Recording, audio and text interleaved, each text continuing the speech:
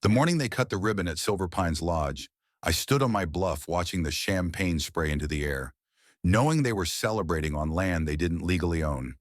They didn't see me, the old man with a coffee mug and a century-old covenant tucked under his arm. But in less than a week, that one piece of paper would bring their entire empire crashing down. The day the surveyors showed up with neon vests and laser scopes, I knew the peace at Briar Hollow Lake was over.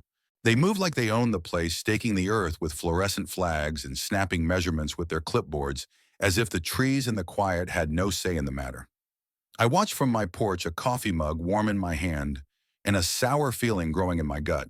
For 35 years, I'd worked overtime shifts, ate cold tuna sandwiches in break rooms, and skipped every vacation that smelled remotely like luxury, all for this sliver of lakefront stillness tucked away in the Oregon mountains. And now it was being surveyed. My name's Walter Granger. I'm 61 years old, a retired railroad engineer, and stubborn to the bone. I didn't come out here to socialize or organize potlucks. I came to breathe air that hadn't been filtered through 6 lanes of traffic. I came for the quiet, for the smell of wet pine, and the ripple of water against a rotting dock. And I bought this land fair and square from old Harlan Bishop, a man whose voice was as dry as the bark on his pines, and who'd spent 70 years fishing these waters before his knees gave out. He sold me the property with a firm handshake, a promise to watch for bears near the Northern Trail, and a single warning: respect the lake and it'll respect you back. For a while, that's exactly how it was. My cabin leaned gently into the woods, a creaky one-story thing that smelled like cedar and old books. I spent my mornings on the porch sipping black coffee and watching mist snake across the surface of the lake like it had secrets. My evenings belonged to stars so thick you could scoop them with a bucket. I saw more deer than people. The world was still out here. Then came Carter Winfield. He didn't drive a truck or wear work boots. He drove a German SUV the color of brushed silver and wore loafers that probably cost more than my water heater. Carter wasn't a local. He was the kind of man who said words like potential and value per acre while squinting at the landscape like it needed a redesign. And he brought people with him, contractors, investors, developers, with laptops and plans. That's when Springcrest Living took root. It started small, some grading work up on the ridge, a new road winding down toward the eastern bank. But it didn't stop. In the space of a season, the forest gave way to cul-de-sacs and condos with names like the Pines and Cedar Haven, as if tacking nature words onto a blueprint made it any less artificial. Decks sprouted where trees once stood, hot tubs gleamed under pergolas, and shiny black driveways split the earth like surgical scars. Then came the HOA. They called it the Briar Hollow Community Council, but it was an HOA in all but name. The glossy brochures talked about sustainability, shared stewardship, and preserving natural beauty. They passed out welcome packets and held wine mixers by the lake. But beneath the veneer was control, strict architectural codes, mandatory dues, and a growing set of bylaws nobody remembered voting on. And worst of all, buried in the fine print, was their claim the lake, they said, was a shared resource, community property, subject to HOA regulation. I laughed when I first read it. My deed was older than Carter's entire outfit. It was specific down to the oak stump that marked the northern boundary. There was no clause, no provision, no whisper of an HOA. I hadn't signed a damn thing. But they didn't need my signature. Carter and his polished army had found some dusty township loophole, a supermajority clause buried in the founding charter from a century ago. If enough lakefront owners joined the HOA, it could be retroactively enforced on the entire community. And thanks to the new Springcrest lots, outnumbering the old homesteads, they had the votes. 2 weeks later, a chipper letter landed in my mailbox. "Welcome to the Briar Hollow HOA family," it read, complete with a dues schedule, landscaping guidelines, and a cheerful note about building a legacy of harmony. I burned it in the wood stove. But the real gut punch came the following Monday when I stepped outside to find a crew unloading lumber and concrete at the edge of my dock. A teenager in a hard hat said they were building a public fishing pier and a picnic area for residents on my land. I told them to leave. They shrugged and kept working. I called the county. They told me it was a civil matter. I called the sheriff. He said to work it out with my HOA. My HOA. Within days, a hideous wooden sign appeared near the dock, Briar Hollow Community Shoreline. residents and guests only, right there on my land, bold as brass. Then came the fines. Blue tape stuck them to my door like threats written in Sharpie. Failure to maintain shoreline vegetation, $400. Unauthorized structure my dock, $650. Non-compliant paint color on exterior siding, $275. I hadn't changed a thing in years. I called the HOA office, demanded to speak to someone in charge. The girl on the phone chirped something about harmonized lakeside aesthetics and said any legal inquiries had to go through the compliance department. Then she hung up. They weren't just trying to control the lake. They were trying to push me out. Neighbors I'd once waved to now avoided eye contact. Some looked guilty. Most just looked away. They were planning barbecues and yoga retreats while my life was being paved over. I stopped attending the town meetings. It wasn't protest, it was survival. Carter took the stage at one gathering with renderings of a luxury event center they called Silver Pines Lodge. Weddings, retreats, corporate packages. Right on the East Bank. Right next to my land. The crowd applauded like they were clapping for progress. I said nothing. But that night, under a buzzing fluorescent light in the back corner of the community center, I made a decision. I couldn't outvote them. I couldn't outspend them. But maybe I could outlast them. I went home, poured a glass of bourbon, and pulled out the old filing cabinet where I kept every document Harlan Bishop ever gave me. Deed, survey maps, historical records. And I started digging. Because if they were going to take this lake from me, they'd have to do it over my cold, stubborn body and 100 years' worth of paperwork. I didn't sleep much after that night. The sound of rustling paper, the soft crackle of yellowed pages under my fingers, filled the cabin long past midnight. I sat hunched over my tiny dining table surrounded by stacks of documents, a legal pad full of scrawled notes, and an old desk lamp that buzzed like a hornet in the silence. The HOA wanted a war of attrition, fines, pressure, isolation, but I wasn't about to roll over. I'd spent a lifetime working with systems, railway circuits, load-bearing steel, and I knew the truth: the strongest structures crumble from a single weak rivet. I just had to find theirs. The violations kept coming. A new one every week, each more absurd than the last. $300 for unauthorized outdoor storage because I stacked some split firewood near the porch. $500 for non-compliant vegetation, which apparently meant the native wildflowers by my shoreline weren't HOA approved. Then $750 for failure to maintain dock aesthetics. My dock was older than most of the people writing these citations. Built by hand with oak planks and weathered nails by the man who'd owned the land before me, Harlan Bishop, the one who'd told me to respect the lake. And now they wanted me to replace it with some vinyl monstrosity that looked like a pool floaty stapled to steel poles. Still, the real insult came when I caught a group of contractors having lunch on my property. They sat right on my grass eating sub-sandwiches from a cooler like it was their own personal park. When I confronted them, one of them just pointed vaguely toward the lodge construction site and said, "It's part of the community now." Part of the community. Like hell it was. I walked straight back inside, called the HOA office, and got the same receptionist with the toothpaste commercial voice. She told me they had every right to utilize common-use lakefronts for recreational or developmental purposes. I told her it was private land. She told me to take it up with the compliance board. That's when I knew it was time to bring in someone who didn't talk in circles. I found Martin Delaney through a contact in Medford, an old friend from my railway days, whose cousin had once sued an HOA in Los Angeles and walked away with $1 million settlement and a condo he didn't pay for. Martin wasn't slick. He wasn't polished. He wore baggy suits that looked like they'd last seen tailoring in the Clinton administration, and he spoke like he was always halfway through cross-examining a witness. I liked him immediately. He showed up in a tan Mercury with rust on the wheel wells and a box of legal pads in the back seat. When I met him on my porch, he didn't waste time with small talk. Show me everything, he said, stepping over a pile of firewood like it was a courtroom threshold. I did.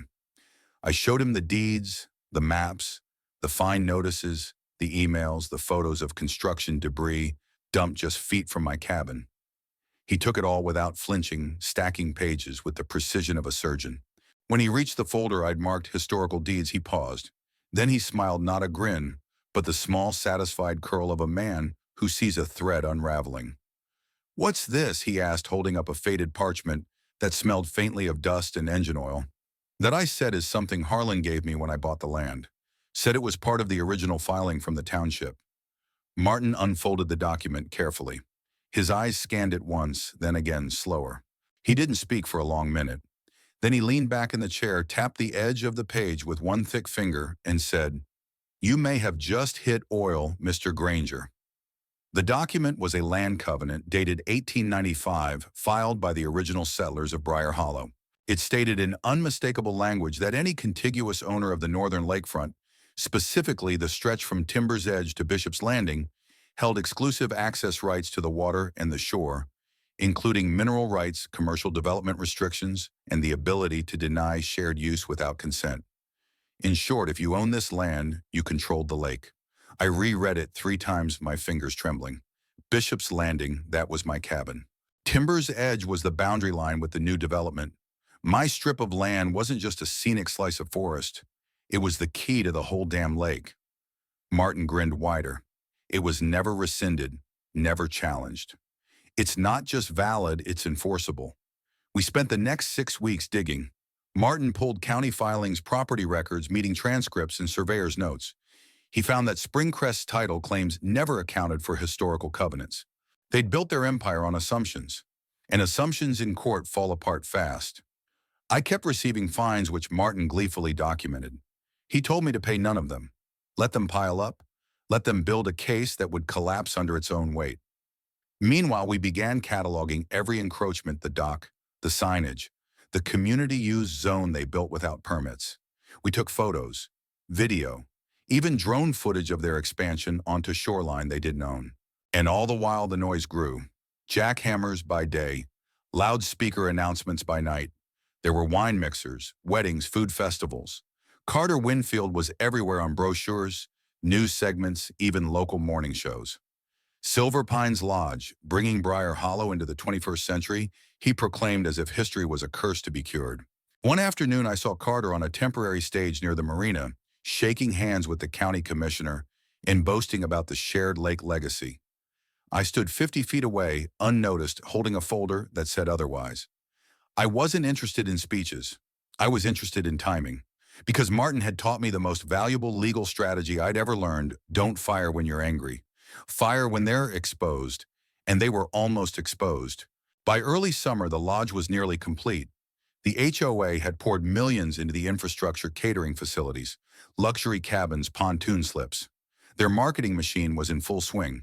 They had event calendars booked a year out, all based on access to a lake they didn't legally control. Martin reviewed the final pieces in his office, lit only by a green-shaded banker's lamp in the gray afternoon light. He leaned back satisfied as he stapled together our case files. "They have no idea what's coming," he said. And he was right, because while Carter popped champagne and posed for press photos, I was holding a century-old covenant that could turn his glittering resort into a very expensive pile of firewood. The war wasn't over, but for the first time since they'd pounded that residents-only sign into my soil, I wasn't just defending myself, I was laying siege. And they didn't even know it. By the time the final beam was raised on the Silver Pines Lodge, the storm had already begun to form. Not the kind that rolls in with thunder and rain, but the kind that moves quietly in paperwork and legal filings, where every misplaced signature, every unauthorized nail becomes a crack in the foundation. Carter Winfield just didn't know it yet. While he toasted donors on the lodge's polished cedar deck and posed for glossy lifestyle magazines beside wine barrels and string lights, Martin Delaney and I sat in his dim office, one county over, finalizing a coordinated legal barrage that had been months in the making. We had everything: the 1895 covenant in original form, the county maps confirming land boundaries, the untouched court record showing the covenant had never been challenged, never amended, never repealed. We had drone footage of construction crossing my property line. We had time-stamped photos of debris spilling into my yard, of workers trespassing with gear, of event banners flapping above land they had no right to touch.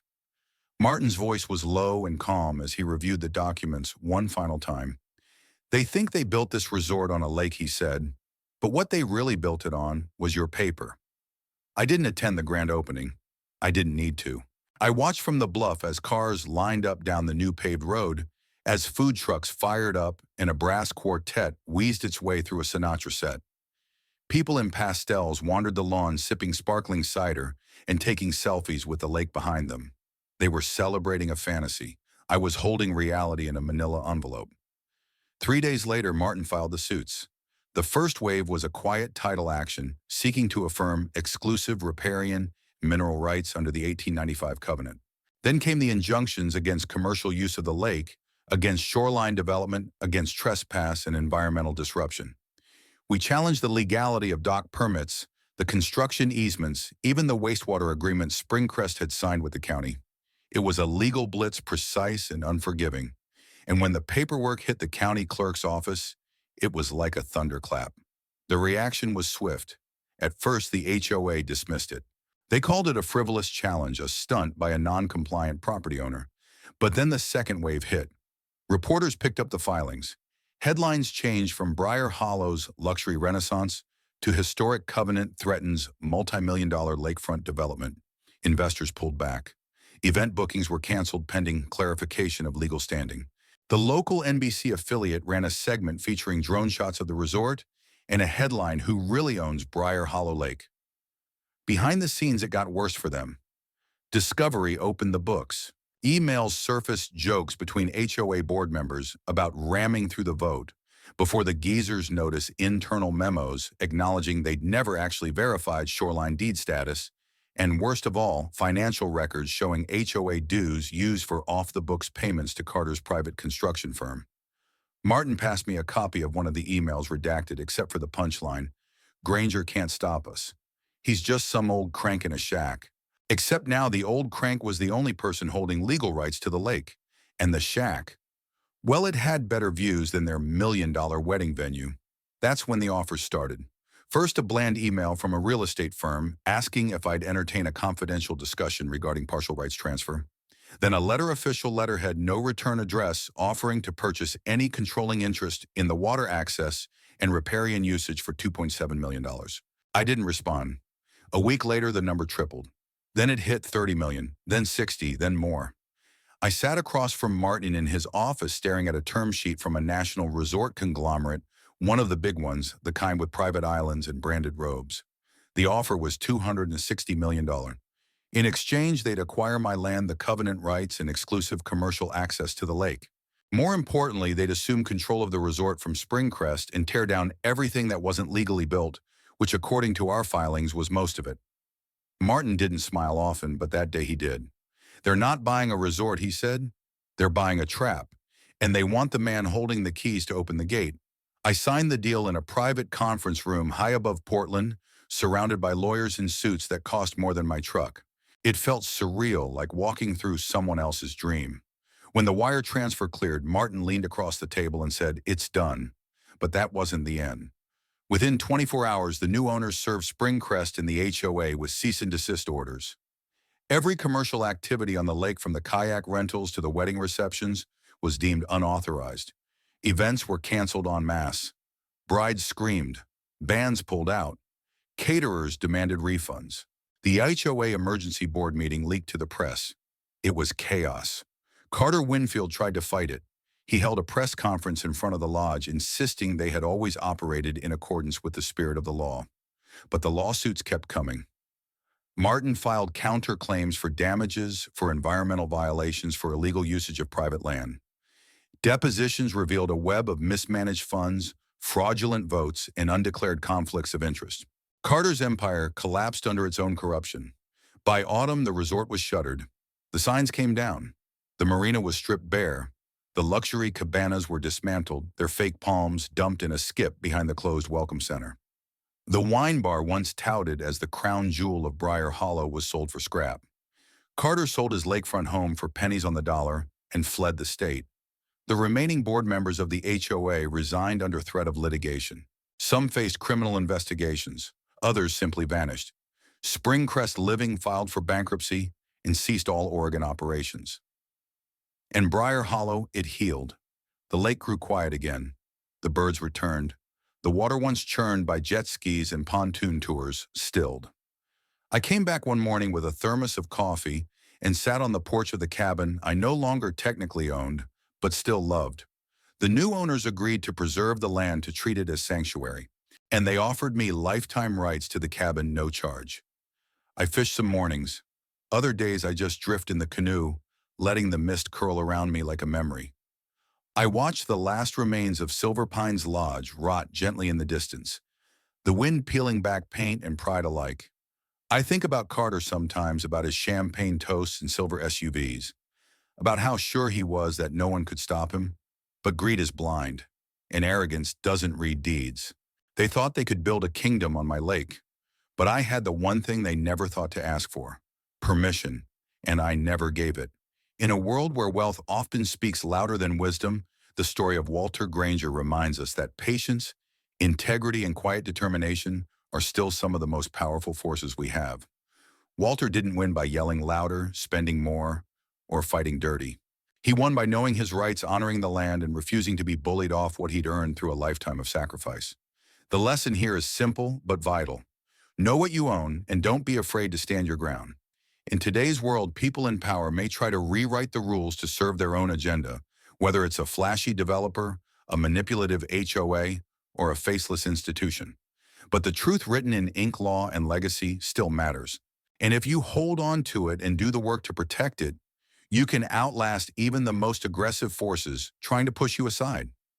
Walter didn't seek revenge, he sought justice. He didn't just protect his property, he protected the spirit of a place that meant something deeper than property value or wedding venues. He honored the promise made by an old man on a dusty day: respect the lake, and it will respect you back. That principle doesn't just apply to lakes, it applies to every piece of ground you fought for in life, whether it's your home, your reputation, or your peace. So if you're ever made to feel small by people who think they can buy silence, remember Walter. Don't let the noise distract you. Document everything. Stand still while the storm rages, and when the time is right, move with precision. To our listeners and loyal viewers at US Daily Story, thank you for spending your time with us today. We know your time is precious, and we're honored you chose to share it with us. These stories aren't just entertainment. They're a reflection of real struggles, hard-earned victories, and reminders that dignity can't be bulldozed. If this story resonated with you, we'd love to hear your thoughts in the comments. And if you know someone who's ever had to fight for what's rightfully theirs, share this with them. You never know, your story might be the one we tell next. Until then, take care of yourselves, stand tall, and remember, the quietest voice can still carry the loudest truth.